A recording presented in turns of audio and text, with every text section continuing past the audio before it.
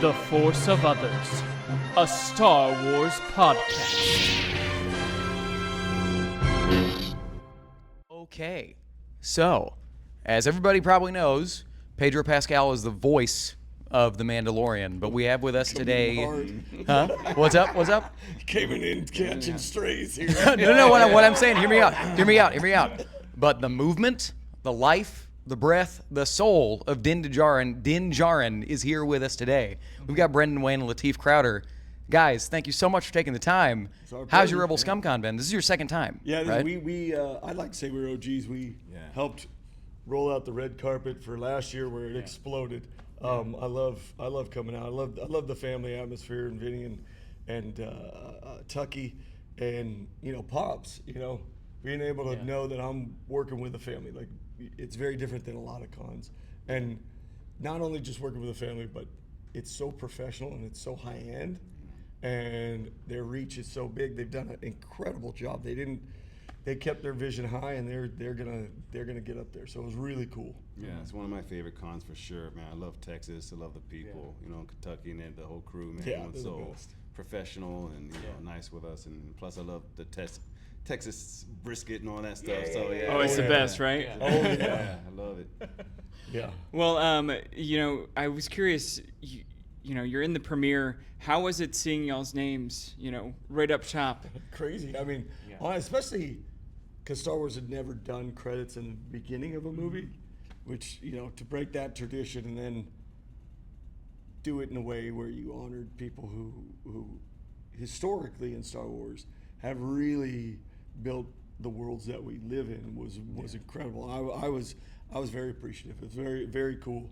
Yeah, same here. I mean, I've been with my brother here since literally day one, -1. -1. Like we were just putting this together, and humbly, like in an office, like no bigger than this room right we're in, and we're just like literally smaller than this room. Yeah, it was smaller than this room. But you guys have no idea. This is Was kind this the audition, or when you talk about putting it together, what do you mean? We're talking about like him showing me, hey, this is what we have an idea for, this fight or something, and then all of a sudden, we'll pull a little table in, and they're like, okay, you're standing at the bar.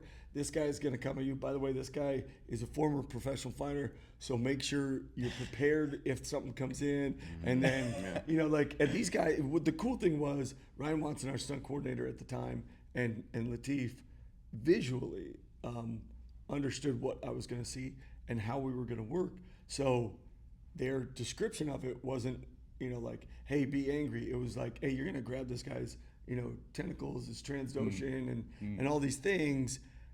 And then how would you add something? And that's never, usually you walk in, these guys are the guys, they're not, like you're like, okay, cool guys are in the corner, the jocks are in the corner, I'm gonna go sit with the guys who are reading and dancing in the corner. And the cool thing was that they were not like that.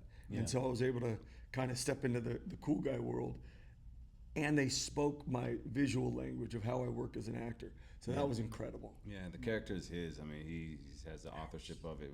So we just kind of create the skeleton of what it's going to look like. He puts on the whatever else, the blood, the flesh, the veins, everything else, what I mean? So, yeah. Well, talking about building that character, I got to talk to Johnny Coyne a couple weeks ago, Lord Janu, in case anybody doesn't know. But he praised both of you so much. But he talked about specifically how all the things, he talked about with Brendan how you kind of came up with that Din would never carry anything in his right hand. Yeah. That's his shooting hand. It's always open. It's always ready to go. And I'm curious, is there anything else that like both of you have added, like kind of maybe specific kind of quirks or something to Din that you guys have added to the character? I don't know that I ever, that's one of the things that I just think, okay, gunfighter, that's kind of like fits, and you can throw an overhand right with it. But for me, I don't think, I have to do this. Usually it's after the fact, and then I'll write it down in my, my Mando Bible I have. I'll be like, okay, today we did this with, in this scene, so I got to remember that. Or Lateef will shout out to me and be like, hey, can I, do this? But for the most part, I think we had such a confidence, and we were looking at trees. We weren't thinking about this big forest that we're going to end up in. And so, it was more like we have to react to the situation we're put in the context of the script. And so we have to be honest to that. And it just kind of came true. And like watching, Lateef build these things. And I would say probably a bigger struggle for him in that he initially had to go towards this kind of more like less beautiful, more rugged and like angry. I don't know, like there's just less style and power, and I don't know. There's so many ways I can strike, but the only thing I'd say is when Lateef fights you, you almost feel like he's painting. Now, mind you, it hurts. But every brushstroke has this beautiful like samurais, and so he had to kind of meld into this kind of brawler, brutal aspect, and it was cool to see it because it still has the thing that Din has that Clint Eastwood, my grandfather, the Duke doesn't have, is that incredible fluidity while being a brawler. So it was like seeing those things. That's epic for me. It's we kind of both agree. Like it's kind of similar though. It's common sense, like to never get surrounded. Yeah, you're not gonna walk into a room and get caught with your pants down, things like that, and get ambushed and stuff like that. You notice he never really gets ambushed. Yeah. But one of the things like we kind of also came up with is like even if I get disarmed, if we get disarmed, like the gun goes out, the knife and the rifle. He's never weaponless, even if it's just these, 2 and these 4, these 8, everything. He's never weaponless. He never gives up. He's intelligent. I think Lateef, you were the one who pointed out one of the proudest moments we had was going into season 2 filming. The show had released, it had come out, and somebody wrote an article, a military guy, and he was talking about Din Djarin is the most intelligent character that's ever been in Star Wars and on TV, and he went and broke down all these things, and it was so cool because I was like, that was something we did actively pursue. We didn't want him to be, Shaggy walking into a room and getting bonked on the head. You know what I mean? Like you see so many times, and it's like this little script device that they're like, well, we have to get him captured. We challenged them to be intelligent about how we were going to, all these moments were going to be fulfilled. And really, John was so cool about like his like, tell us, and then we'll incorporate it. And he respected us enough to kind of, have that feel for us. So it was cool. Awesome. Anytime that he does look stupid, though, we fought for it, but we couldn't. Well, speaking on that era, like that collaborativeness and all that, Lateef, yesterday in the panel, you talked about how that oneer in the movie came together in about 30 minutes. And, I mean, it's so amazing. One of the best oneers of all time, and they sold the movie on it. How was that process for you? Like, they said that you're the only one who could do it, and that's amazing. But can you talk to that process for you? Yeah, no, I'm flattered. It happens a lot, actually, in film, a lot more than people think. And, like, things change on the fly. Everybody's got their stuff together, and it's all prepped. Yeah. And so you kind of expect it. It wasn't like, oh, shoot, what are we going to do? It was kind of like, all right, we've been here before. I just wanted to make sure that, first of all, we keep on the time because, time is money and this and that. So that's why all the stunt team, the actors, the whole crew, everyone's professionals. It wasn't just I can do it. Everyone on that crew can do it. You know what I mean? So everyone was capable of coming up with and helping with the choreography, the lighting, selling it, DP, the camera, John, all those guys. Everyone was amazing in creating it. But yeah, we had some choreography figured out.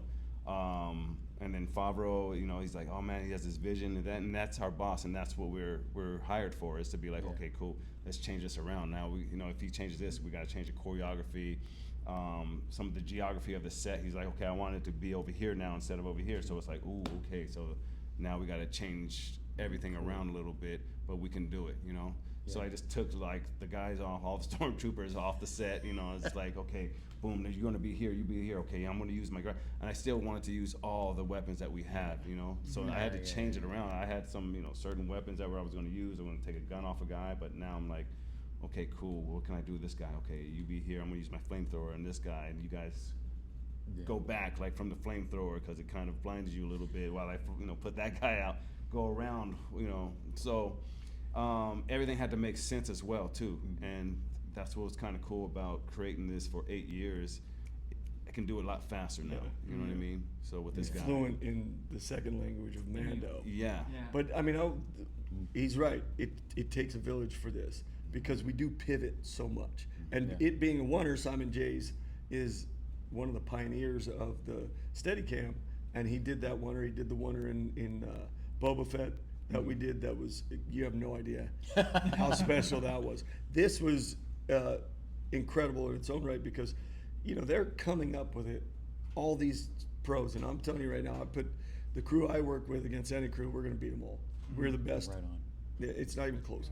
And so to watch these guys come up with that beautiful wonder, which finished with, what is the name of it again, please? I know, I'm going to get it. Okay, it's the most powerful strike ever recorded. It's in the Guinness Book of World Record, and he used it. Mando went from a brawler to a capoeira maestra. Yeah. What is the kick called? Chapéu de couro. Chapéu de couro. Couro, yeah. Yeah. Okay, rolls off the tongue. Cool. But that's when you see him, he drops his hand on that ground and he swings that leg around and he hits one of the troopers. Yeah. That's where, I mean, to me, that's the pinnacle at that point. Because now we've taken Mando from a simple brawler to an elegant beast. And that's that beautiful moment. And, you know, it leads us to the, you know, him tapping you on the head going, hey, get out of here. You know what I mean? And they're like, but that's it. And it's because we have the best. And that's where John really stands out. He needs that because he does, all of a sudden you get in the moment. Something you read or something you previs is cool until you see it. And then he's like, no, it's not going to work. We need to adjust. And that's who he hires. He hires the guys who are creative enough and he's confident enough to allow you to create. And that's what he does so well. Like, I love it. So Yeah, thanks. Yeah, nobody was worried about it. Like I said, it usually happens. John wasn't worried. He's like, all right, guys, come up with something, this and that. And it's, you know, Awesome. usually how it works. It's awesome. I mean, amazing. I'm going to also, you know, shout it out. It was one of my favorite oneers I've ever seen. So just excellent work. Everybody can see it. Now, I want to talk about, you know, because there's the human error element. Y'all talked about in the panel yesterday some bloopers because it's a little hard to see. So you talked about how you have about like this much. dying. Yeah, you were dying. Dude, about it's one like of my this much amount of like that you can see when you're in the helmet. But so It's not that big. yeah, not even And you so, can't like see anything in front of you. Like, yeah. you you see 10 feet out, Yeah, 15 yeah. feet out. That's when you start to see the ground. Yeah. So And it's every dark in there, time, so it's- every time he's doing a wonder and I mean, this box it's not as wide as this, and there's boxes and everything, and he's trying to go through those stormtroopers to get to the tunnel. He's literally like Carol Ann in Poltergeist, and he's just going for the light kind of thing. And it's like, oh my God, go to the light. And this poor guy, and like, I'm over there having a Coke and eating some licorice while he's, you know, just drenched. And I'm like, yeah, way to go! And like, I love watching him. He's like, you get up. Well, and Lateef, you've worn a Stormtrooper helmet and the Mando helmet. What has more vision? Oh gosh, I think the Stormtrooper still has more vision than that Mando helmet. Really? Yeah, they both suck, but yeah, but yeah, no, the Stormtrooper definitely has. The Stormtrooper's a lot less comfortable though. Oh, it's worse. That thing it pinches you everywhere. Yeah, you fall down and it's not made. Yeah. It's What's not made. the green? I was driving with Bill Burr. The green transport. Stormtrooper. Yeah. That helmet is literally just like pottery with Yeah. 2 holes in it. It's like it Wild. should have a tree in it. Yeah. It is just a heavy bucket. There's nothing like. It's terrible. Yeah. Those guys like 100%. Other than the guys from the 501st who came and helped us with their own because they make them more comfortable for them. The ones that they make on set are purely functional. Yeah. They are not. Yeah. They are not Yeah.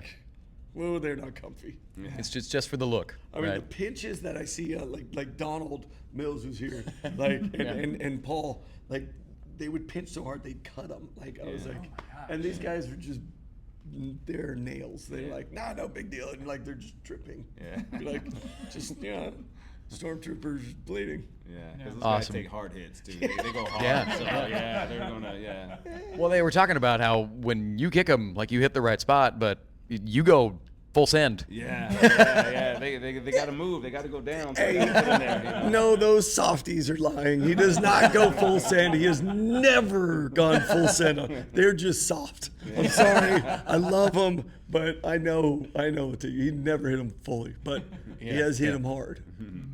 That's awesome. Well, I know you got a photo op you got to get to here in a couple minutes, but I just want to thank you so much for the time. Hey, Star Wars is one of our favorite things. Just thank you for putting so much work, putting so much passion into this thing. It means a lot to us. In closing, this franchise is about coming up on 50 years old, right? What's the first Star Wars memory that you guys have? Holy smokes. Star Wars. Going to see the movie that is called Star Wars. That's mine, sitting there and just being amazed and being like, I want to be an X-Wing pilot. That was it. I mean, and I fulfilled that dream too. Yeah. It's crazy. Yeah. Return of the Jedi was my first movie in the theaters. That's, I came a little bit later than my brothers and sisters. Hey, don't brag. Yeah. Mine was the sabers, man, the green and the red, man, and just the sound and everything. It was just so amazing. Yeah. Awesome. Just wanted to say thank you both for your time. In our last question for you, it's a question that we like to get from all of our guests. What does Star Wars mean to you? This community. It means unabashed love for all. The inclusion of it all is amazing. And what I found with Mando specifically, that you go and you think, I think of Mando, I think of me, you know what I mean? Yeah. Or if it's a really cool moment, I think of Lateef. And I be real. So I think of it very male-centric, but what I learned through the community, and first of all, I thought I was a fan until I met fans. Holy God. Yeah. They're like, remember when you did this? I'm like, dude, I don't remember my kid's name. What are you talking about? So those moments, but it is their love and the detail. But it was I saw a young lady pop her helmet off, and I was like, oh my God. She goes, you mean a lot to me. And I was like, wow, we've transcended something. And that's what mythology, values, all that, that's what Star Wars does for me. Yeah. You can. It's the same for me. You can be in Japan, America, Brazil, and we all speak the same language. You know what I mean? You can connect with everybody in some way. So it just connects everyone. I love it. Yeah. Awesome. Thanks for taking the time. Thanks, fellas. Appreciate you so much. Thank you. Thank you. Thank you. Thanks, y'all. The Force of Others, a Star Wars podcast.